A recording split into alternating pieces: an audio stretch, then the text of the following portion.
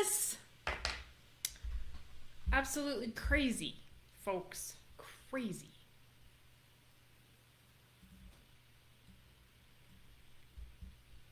Hello and welcome back. Thanks for coming back. I hope that you all come back.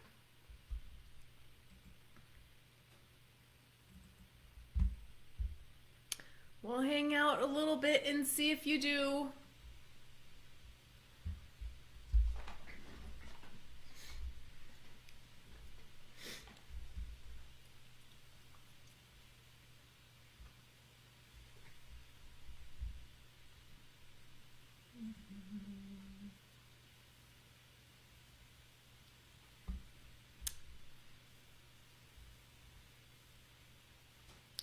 Hello, hello.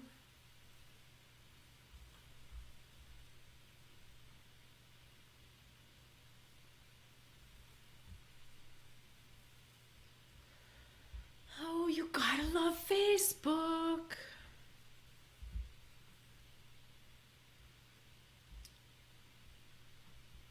All right, there we go. Getting a few of you back. I am so sorry. It's taking me a half an hour. And I started early this morning just in case there were issues. And guess what? There were issues, but not 5 minutes of issues. Instead, 35 minutes of issues.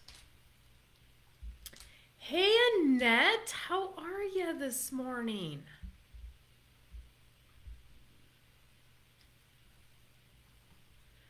Okay, I'm going to get started because I have a meeting with my staff at 8:30.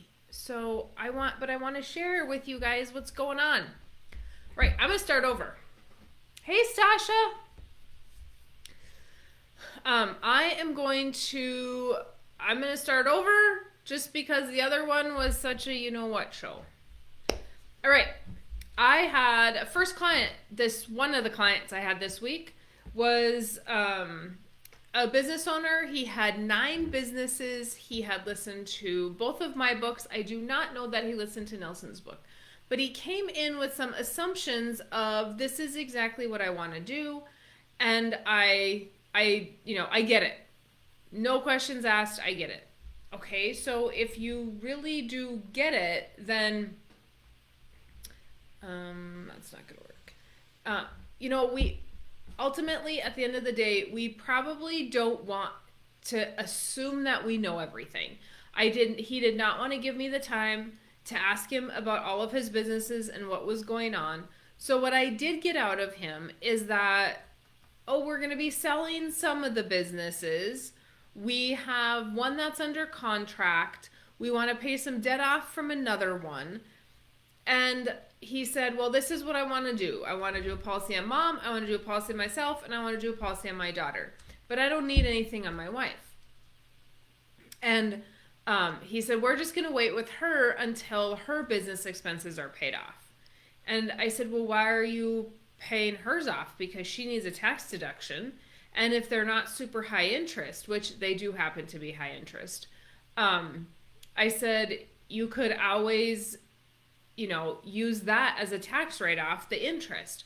Or from the sale of one property is what you want to do to pay off all of her expenses. Why not put that in the policy first, and then you're going to be able to borrow from the policy to pay off her expenses. But at least we got it in the policy first. Yes, we've borrowed from the policy, but not at 7% interest, instead at 4.76. And he said, oh, I never thought of that. And I said, we can't do, the other thing he wanted to do is he's got a 1-year-old and he wanted to put $10,000 of premium in on a policy for her, which is absolutely fantastic, right? But he wanted it paid up at like 65, or he wanted a 20 pay. And that's fine, but I can't do $10,000 on a child. Life insurance companies have a limit, and I have yet to find one for a child that will go over $1 million. So their limit on death benefit is $1 million. And we can't, it's a risk to them.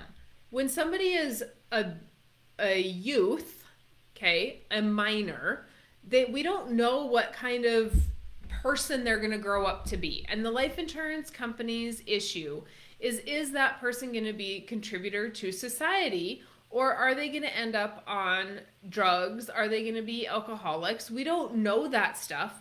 And so they're not going to take this huge risk and say, oh, we're going to have all this death benefit on somebody that's not actually worth that amount of death benefit. So his thing is, well, I want her to have enough. So at 25, if she wants to be able to start a business, she can start a business. I said, well, she can still do that through your policies. So if you start a policy on your wife for $10,000 a year, she could own that policy on your wife at 25 years old. And now she owns the policy. She gets to borrow from it. She gets to use it, whatever. And she's got mom's death benefit. It doesn't necessarily have to be on her life. But I couldn't get more than $2,000, $2,500 into a policy. We are a long way off from 10. And so the strategy that he had on mom, absolutely correct. He needs to buy something on mom's life. He needs to have something on his own life. But we can't forget our wife and say, well, we're going to pay off all these expenses first, because he's running all these businesses. And so he thinks that if his wife passes away, it's going to be a very easy, it's easy. She's got some death benefit already. That's all he's going to need to replace her income. Not thinking about the fact that his daughter's going to need some emotional support. He may need time to mourn. And that might mean, hey, I'm going to have to give up some of these other businesses. Or without her, I can't run all these other businesses. And so there's more to it than just, oh, this is her income. A lot of things to think about in that aspect of what is happening, right? And the big picture of things. But if we're going to come into a meeting with assumptions of, oh, I'm assuming that I know what I want, and Mary Jo doesn't need any of my personal information, I do need that personal information. I'm not asking that because I'm nosy. I'm asking that because I want to provide the best information that I can for you. And with him, we found a couple of things. And I didn't even get to go over a lot of his business stuff. So if you're going to have an appointment, make sure you schedule the hour and a half take that time out of your schedule. I get, he was in the field. He was busy. His phone probably rang 10 times while he was on the phone with me. And that's fantastic. I get that he's busy. But these are your financials we're talking about. This isn't small potatoes of stuff that we can just assume. Because what if we assume something that's not true, and later on you cancel that policy? If you cancel that policy before year 10 when it breaks even, guess what? You don't get all your money back. So why would you not give me the time to make sure that we're covering everything and answering all those questions? If it takes more than that, great. I will try to get it done in that time and be respectful of your time. But I have a lot of questions because with 9 businesses, there's going to be a lot of stuff going on. Then I had another client who farms separate from her husband. And I absolutely love this for one reason. A lot of women are the ones doing the books. And guess what? They know what's happening financially. And so she farmed with her sister and her mom and dad. So she was farming already on her own prior to that. But her husband does, he has a purebred operation and it's not making money. So she doesn't want to have any part of it because it's expensive and it is not maybe the best financial decision. Because being a purebred breeder is expensive. If we're going to shows, if we're showing, if we are, buying super expensive semen, whatever it is that you're doing, and however he's doing it. We didn't even talk about his stuff. But I loved it because she said, the numbers don't work. I'm not part of it. Thank you very much. Have a nice day. I have talked to other women that say we would not be in this debt if we would not have purchased this or if we would not have done this, because the husband a lot of times is the one out doing the work and not paying attention to the numbers. And she just took the bull by the horns and said, I'm not farming with you. But she's farming on her own and she's doing great. And with her, it was interesting because her sister passed away. So now it's just her and her dad that are farming together. But when her sister passed away, her sister had death benefit that she had left to her, and she's raised her children. So now she's got this death benefit sitting there, because here's what happens with companies. When somebody passes away, you can leave the money there. Some companies will let you, they'll just hold your money forever. And other companies say, nope, you have to have it out in a limited amount of time. And so she actually has 2 sets of money. I'm going to compartmentalize these. 2 sets of money, one sitting there for her sister's children, and then she has another set sitting from mom's passing that she got some death benefit from. That company said, hey, you need to take that money out. The other company said, oh, that's okay, you can leave it here forever. So her thought was, well, I'm just going to leave that money there forever because they're going to pay me 3.5% interest. It's going to be fine. When I pass away, it'll go to her 4 children. Or at some point, maybe we'll pass it on to her 4 kids. We didn't really talk about that. But I said, well, if that $250 is just sitting there at 3.5%, could we put it into another policy so that you have more death benefit to pass along? And if we did that, if I remember correctly, the numbers were like $670 or something like that. So if we took and we moved it slowly into what I call a 10 pay, only 10 years. So we've got 10 years of premium, that's it. We would take that money and we would create almost $700,000 of death benefit. By the time she's likely to die at 85, it was $800,000 of death benefit. That is way more than what the insurance company is ever going to pay her on interest. And that death benefit is going to come to the children income tax free. So she did those 4 kids a huge favor she will if she decides to do that. She would do those kids a huge favor by saying, hey, I'm going to put this into another policy and still have the death benefit and liquidity of that money to help those kids. She could borrow the money to those children. And then she could keep track of who's got what borrowed out. And when she passes away, they would just get that much less death benefit, and it would just be distributed accordingly within a trust or something like that. And with mom's stuff, we can move that over slowly as well, but then we're not going to do a 10 pay on that. We'll just pay forever because they also have a feedlot, and the feedlot was not doing so good. They've turned it around. And so she has been donating corn instead of having that get paid back. I said, well, make sure that the feedlot pays you back plus interest. And she said, well, I'm not looking to get rich.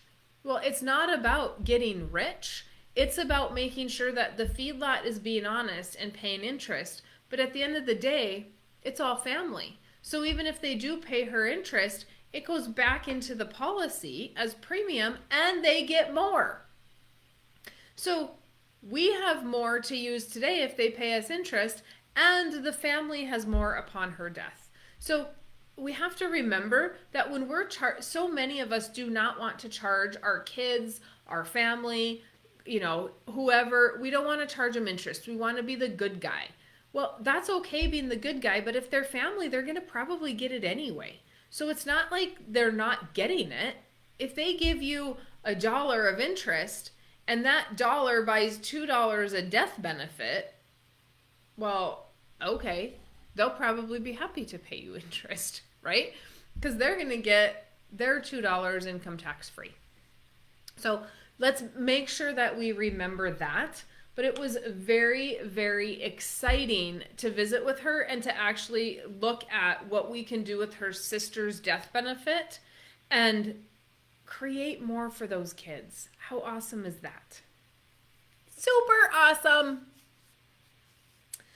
I had another meeting with a client that is a business owner. He helps his dad farm, but where they live, he said some land just sold. I thought, if I remember correctly, I think he said 18,000 something an acre. That's ridiculous. He's got 5 siblings. He is most likely not ever going to be able to buy them out. But with his business, it's only 3 years old, and he's really getting into a position now where he's making a lot of money, and he was not set up as an S Corp. He was set up as just a sole proprietor, I think is how he was doing everything, I think. I've had a couple of those that I've talked to recently. And so if you're not set up as an S Corp designation and you're making over $40,000 a year, every accountant I've ever had says if you make over $40,000 a year net, you need to be an S Corp designation so that you are not claiming all of this as ordinary income. But for him, it was a matter of planning. He's got the money to pay the premium, but we need to plan on if the business is going to expand, he needs to buy vehicles, he needs to buy tools. There are input costs that he's going to have. And to look at what do we have to put into the policy and where is that policy going to help with, is it going to be buying tools? Is it going to be buying equipment? What is it going to be purchasing? And to say, you know what, if you have employees, when you don't have to offer them a 401k. I had somebody talk to me about that this week too. I said, well, if I, what do I do with or I had an existing client call, and he said, what do I do if I want to hire employees? He said, how do you offer benefits or something about benefits? I said, here's the deal. This is what I do personally. I give my staff a bonus. They get to choose what they want to do with it. That is, I do not offer 401k. I am lucky that my staff does not need medical insurance. If they did, I would just offer an existing amount that would get paid to them because of the fact that you can go out and get health sharing like Samaritan Ministries. I have so many clients that use Samaritan Ministries. You can go out, do that for minimal per month compared to what Blue Cross Blue Shield is. And so if I can do things like that, great. Or I will just offer them more pay because I don't have to give them the benefits. They get a few benefits here and there, but there's no health insurance, there's no eye insurance, there's no dental. They're getting all of that through their spouses. But everybody thinks that we need to have this benefit package. Okay, so people can go get stuff on their own. If we pay them more per hour, they can get those things on their own. What employees a lot of times don't understand is the expenses on our side for unemployment taxes, for payroll taxes. All of that stuff is so super expensive. So if you're going to have employees and they want a 401k, I can either give you a match into a 401k or I can just give you the cash. You can go to some local advisor and get an IRA. What's the difference? But if the employer understands infinite banking, guess what? We are going to be in a better position because they're going to give you the money and it's going to be liquid and you're going to be able to buy things with that today. How awesome is that for an employer? This guy's daughter was also on the meeting, and she is in school to be a physician assistant. So she really is not working, and she wants to start a policy because it completely makes sense to her. Here's the challenge we're going to have with her is that she makes like not even $1,000 a year. So that's only $30,000 a death benefit. Let's say she makes $1,000 a year. That's $30,000 a death benefit. She's 23 years old. That's like, I can't, it's such a small premium. I can't even build that on a banking policy because I need her to make more money. So I don't know. I had to talk to the insurance company on that one. That's kind of a new one for me. I don't know how we get money into a policy because she's got money in savings and that's what she wants to use. And I don't know how you get that into a policy and then justify the death benefit and then justify not having the income to pay the premium. Because the life insurance company says, this is your human life value, but I also need to know how much money you make. Because if you're going to try to put 70% of your income in a policy, that's not going to happen. They're looking at that because they want to make sure that you can keep paying the premium. Okay? So it's not just as easy as, oh, I just want to do whatever I want. There are some limits to what we can and can't do. So hopefully we can get something started for her. And it was really super exciting. The fact that she took the initiative to read the book and wants to do something and sat in that meeting, even though right now we may not be able to start anything for her. It was awesome to have her. Okay. Let me see. That is what I had for new meetings this week. I did not have a lot of them. Just because people canceled. They were in the field or something came up or whatever. And so they ended up having to reschedule. That happens a lot this time of year. So if you have been waiting to get in, even now, my schedule is not that full. I'm only booked out like 2 weeks right now, just because of the time of year it is. So if you want to get on the schedule, get on there now. And if you want to get in sooner, there is always a cancellation list because you never know when something's going to pop up or somebody's going to cancel and reschedule.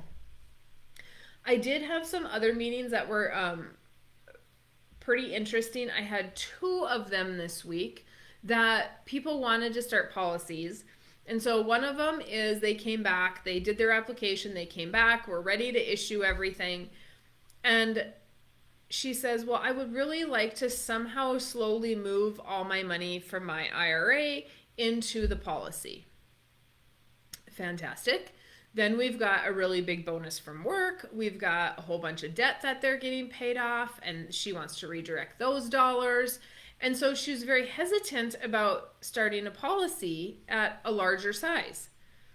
And I said, well, if you don't start the policy, then if you don't start it this big, how do we ever move over any of your IRA money? If that's what you want to do, because you're 59 and a half, right? How do we do that without starting a larger policy? Like the money that we found to be redirected from the debt payoff and the bonus and selling a house, that is gonna fill the policy up, and then there's nothing, there's no more room left to put anything else in. And so occasionally, as much as I like to say we need to start small, I had 2 of them this week that wanted to start so small that there's no reason they would ever have to go to the policy. I have an existing client, that same thing. He's like, well, I'm just not sure I want to start that large. I'm like, that's fine, doesn't matter to me, but you've yet to touch the policy you already have because you've been remodeling a building and you spent $150,000 of cash. You're going to have to pay yourself back for that. Plus you're going to have all this other money. And so how is that going to get into a policy? It never is. We're never going to be forced to go to our policy to borrow money because we're always going to have cash and we're going to continue to spend that cash. Now, I'm okay having some cash, but when we have $300,000 of cash sitting around and we need to get it in a policy because it just keeps adding up because we have a business that makes a decent amount of income, what do? Right? Sometimes we need to get out of our comfort zone a little bit to get those policies started. And these 2 have really good, one has a really good business, the other one has just a really good job. And so they have a lot of money coming in. The other one that I talked to this week was they don't have a lot of cash flow. Okay, the son has a lot of cash flow. They have all the assets. And so they're saying, dad comes back, preferred tobacco. So first of all, preferred is the best health rating that you can get for a whole life policy. Preferred tobacco is very rare. Like, I hardly ever see preferred tobacco. So he is a healthy tobacco user. Fantastic. But his premium needs to be like $16,000 a year. And she said, well, I don't think he's going to go for that. This is the second time that we have done applications on them. And that's fine, but we need to decide what we're going to do now. We can't continue to do applications and then say, well, we decided not to. Last time we did it, he was tobacco. He's not going to stop being tobacco, right? So if we are going to do something, she said, well, I don't think he's going to go for that. Maybe we'll just do something on me. I said, is he going to die? Guaranteed he's going to die. He only has term insurance right now. What are we going to bury him with? What are we going to pay any debts off with? What are we going to do? If you don't want to pay the $16,000, because it's honestly a stretch for them, no question it's a stretch. Can the son pay for half the premium? And then he co-owns the policy because he's the guy with all the money and not the overhead and not the land expenses. So can he co-own the policy? That way he's got availability to borrow against it. He's got the death benefit, whatever. Half of that policy is his then. But now we have a policy on dad, so when he passes away, we have some money to at least pay off some expenses and have a burial policy, right? Like, we cannot, this happens a lot. Tobacco users are going to be more expensive, meaning the same $16,000 is not going to buy as much death benefit as it would have on mom, right? Yes, it's more expensive. It is what it is. If you're going to use tobacco, it's put your big boy and girl pants on, and that's just what it is. You're going to have to suck it up and pay for it because you choose to be a tobacco user. My husband is a tobacco user. I have to suck it up and pay that premium. You just do it because he's going to die. I'm going to need it. The cash value is still going to grow. It's not going to grow as fast. It's going to lag by a couple years, but it's still going to grow. It's not pointless to do it. It's not as good, but it's not pointless because at the end of the day, there is also death benefit. So we have to look at those things and we have to be rational about it. I don't want to overpay either. Believe me, I don't want to overpay. But sometimes, there's nothing you can do about it.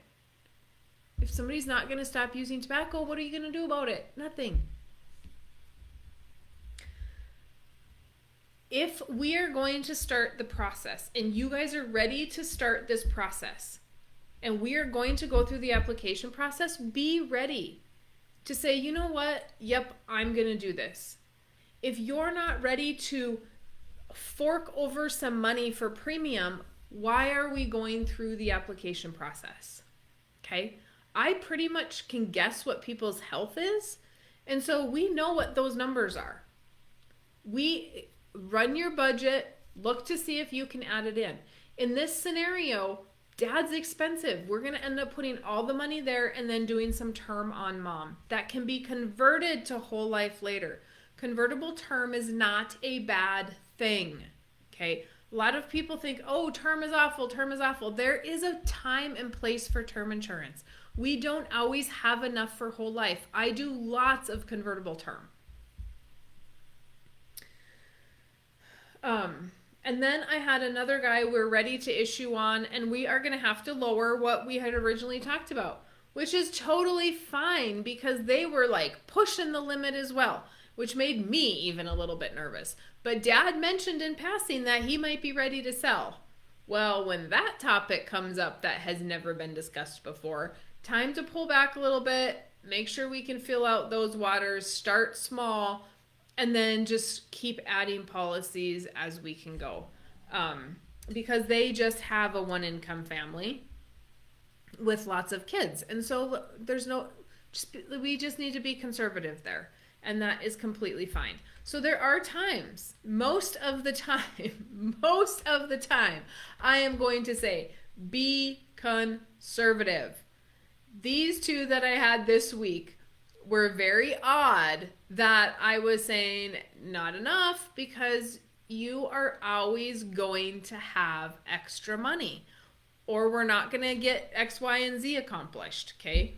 So if we have specific things that we want to do, we may have to change the plan a little bit, or I may say, well, this might be the best way. Ultimately, it's your decision, and I'll do whatever you want me to do. Okay.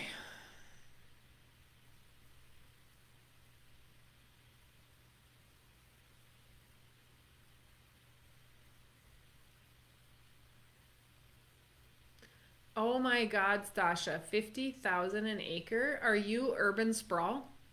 Is it developers buying it? The crazy thing with the guy that was at 18,000 an acre, it's farm ground. It's being farmed and purchased by farmers.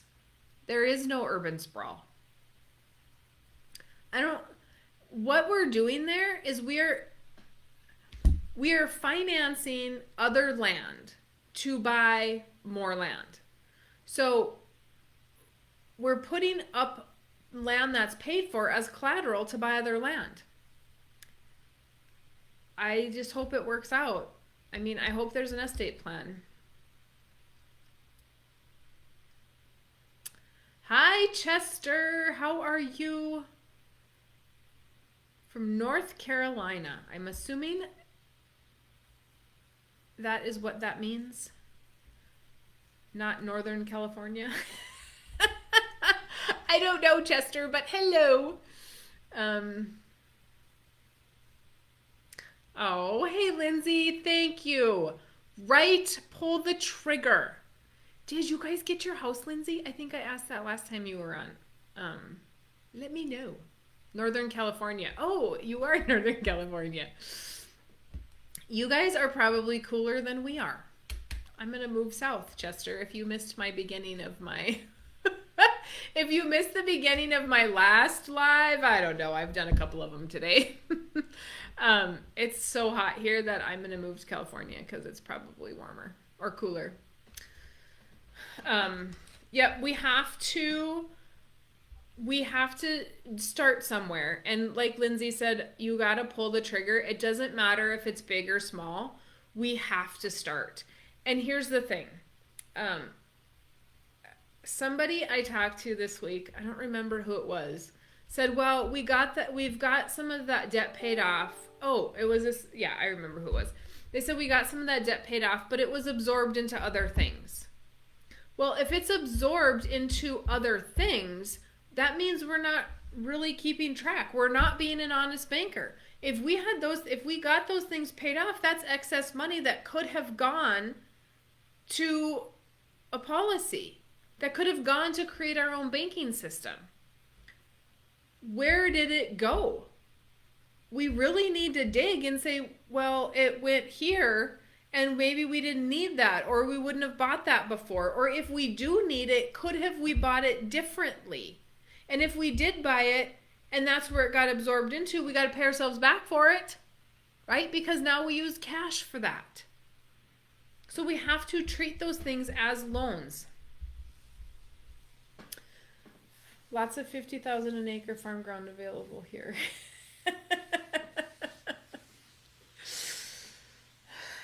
Okay, that's all I have today, guys. And I know I went over everything super fast because I have to be done at 8:30, but let me know if you have questions, if you need me, whatever. You can message me here on Facebook. If you guys share these, or you at least share the Farming Without the Bank stuff and say, hey, you guys, look, this is what we're doing. This is awesome. I really would appreciate that. You know, I work very hard and spend a lot of money on marketing, and the best people to share are the people that are doing it. So I know many of you already do, and I appreciate it. I truly appreciate it. But we have got to get the word out that we don't need to use the bank and there are other ways to finance. The bank should be plan B, not plan A. Doesn't mean we shouldn't be using them, just means that we maybe don't always want to use them. Okay, that's all I have for today. You guys have a fantastic weekend, and I will see you next Friday. Hopefully things go better and Facebook loves me. Talk to you later.